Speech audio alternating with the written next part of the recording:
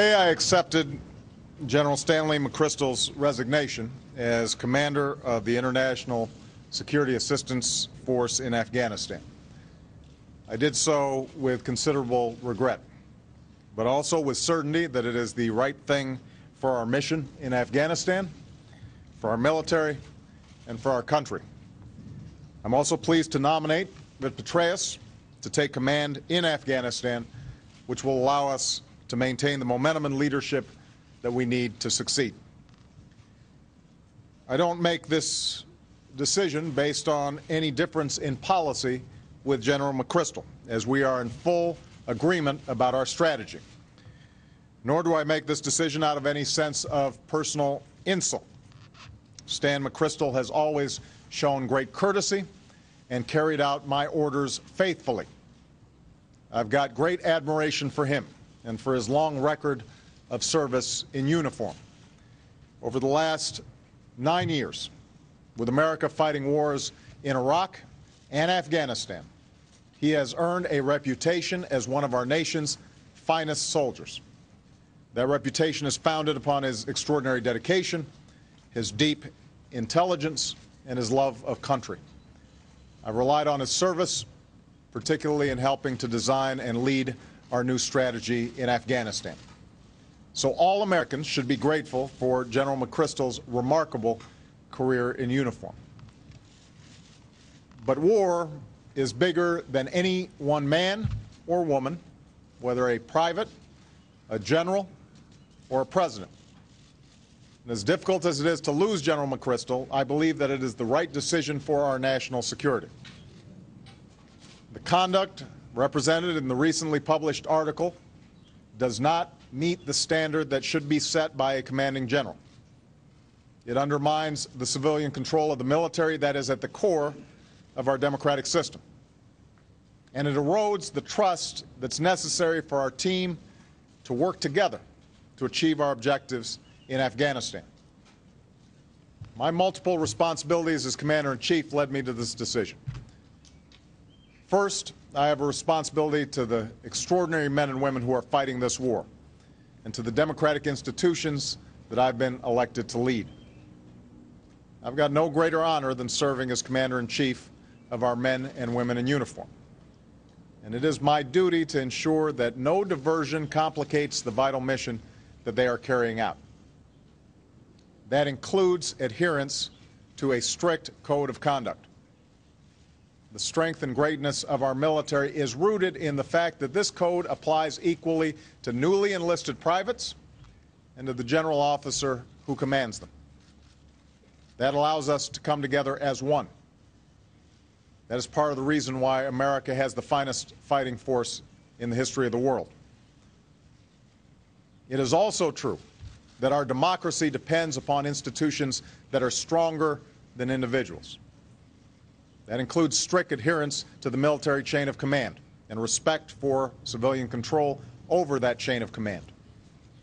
And that's why, as Commander-in-Chief, I believe this decision is necessary to hold ourselves accountable to standards that are at the core of our democracy. Second, I have a responsibility to do whatever is necessary to succeed in Afghanistan and in our broader effort to disrupt, dismantle, and defeat al-Qaeda.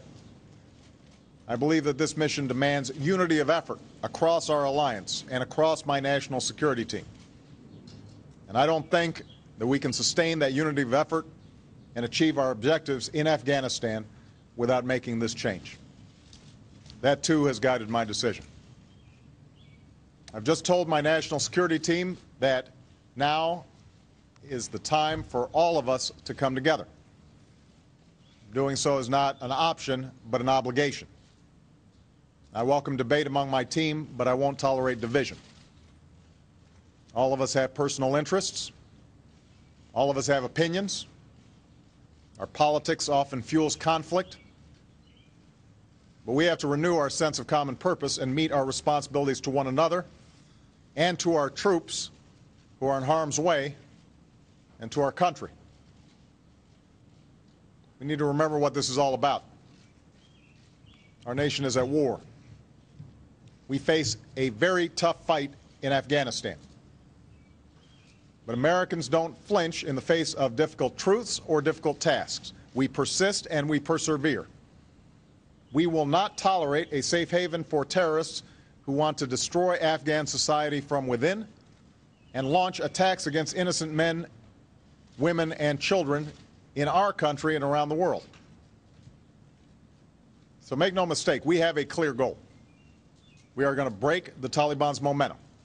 We are going to build Afghan capacity. We are going to relentlessly apply pressure on al-Qaeda and its leadership, strengthening the ability of both Afghanistan and Pakistan to do the same. That's the strategy that we agreed to last fall. That is the policy that we are carrying out in Afghanistan and Pakistan. In that effort, we are honored to be joined by allies and partners who have stood by us and paid the ultimate price through the loss of their young people at war. They are with us because the interests and values that we share, and because this mission is fundamental to the ability of free people to live in peace and security in the 21st century. Now, General Petraeus and I were able to spend some time this morning discussing the way forward. I'm extraordinarily grateful that he has agreed to serve in this new capacity.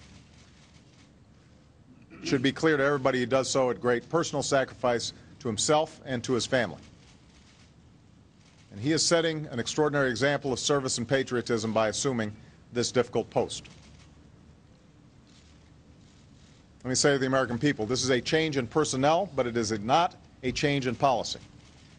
General Petraeus fully participated in our review last fall, and he both supported and helped design the strategy that we have in place. In his current post at Central Command, he has worked closely with our forces in Afghanistan. He has worked closely with Congress. He has worked closely with the Afghan and Pakistan governments and with all our partners in the region. He has my full confidence, and I am urging the Senate to confirm him for this new assignment as swiftly as possible. Let me conclude by saying that it was a difficult decision to come to the conclusion that I've made today. Indeed, it saddens me to lose the service of a soldier who I've come to respect and admire. But the reasons that led me to this decision are the same principles that